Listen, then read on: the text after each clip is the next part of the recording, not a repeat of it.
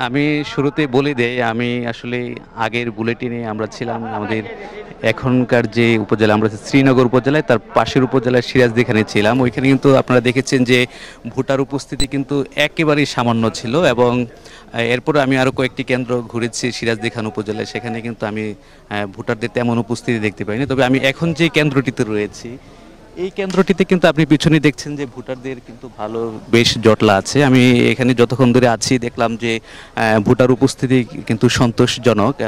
দোতলা এবং নিচতলার সবগুলো বুথেই কিন্তু মানে ভোটারদের একটা যে সাধারণত যে উপজেলা নির্বাচনকে কেন্দ্র করে বা স্থানীয় সরকারি নির্বাচনকে কেন্দ্র করে যে ধরনের আগ্রহ থাকে ভোটারদের মধ্যে, সেটি আমরা এখানে দেখতে পেয়েছি। আসলে যেটা বোঝা যাচ্ছে যে একটি প্রতিদ্বন্দ্বিতাপূর্ণ নির্বাচন হচ্ছে, প্রার্থীদের মধ্যে একটি লড়াইয়ের আভাস আমরা এখানে পাচ্ছি। আমি এই গত 1 ঘন্টায় এই কেন্দ্রটিতে প্রায় 10% ভোট পড়েছে। আমাদের সঙ্গে আছেন আমাদের জেলা প্রতিনিধি রাসেল মাহমুদ আছে, আমি তার সাথে একটু কথা বলবো যে আসলে রাসেল মাহমুদ, আমরা দেখেছি যে মুন্সিগঞ্জের আরেকটি উপজেলায় ভোটার উপস্থিতি একেবারে খুব কম ছিল, এখানে ভোটার উপস্থিতি অনেকটাই বেশি দেখেছে, কারণ কি আপনি কি মনে করছেন?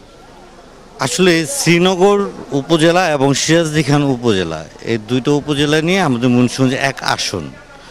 তো এখানে শ্রীনগরে দেখা যাচ্ছে যে ওই আমাদের এখানে যে এমপি আছে তার বাড়ি সিরাজদিখান হওয়াতে এই শ্রীনগরে যারা যারা প্রার্থী আছে, বিশেষ করে তিনজন প্রার্থীর মধ্যে আওয়ামী লীগেরই তারা, এই তিনজন প্রার্থীদের মধ্যে প্রতিদ্বন্দ্বিতা হচ্ছে এবং এখানে সকাল থেকেই কিন্তু ভোটাররা কিন্তু তার ভোট কেন্দ্রে ভোটাধিকার প্রয়োগের জন্য আসছেন। কিন্তু পার্শ্ববর্তী আমি সিরাজদিখানেও ঘুরেছি, কিন্তু ওইখানে একটা ভোটারদের মধ্যে একটা প্রভাব পড়েছে। প্রভাবটা হচ্ছে যে ওখানে যে স্থানীয় এমপি, সেই এমপি ওখানে একজন ব্যক্তিকে সে সমর্থন প্রকাশ করেছে এবং আওয়ামী লীগের উনিও সিরাজদিখান উপজেলার সভাপতি এমপি সাহেব মোহাম্মদ মহিউদ্দিন আহমেদ, কিন্তু উনি আবার সেক্রেটারি নির্বাচন করছে, তাকে সমর্থন দেয়নি, যার কারণে উনি আবার এই প্রেস কনফারেন্স করেছে।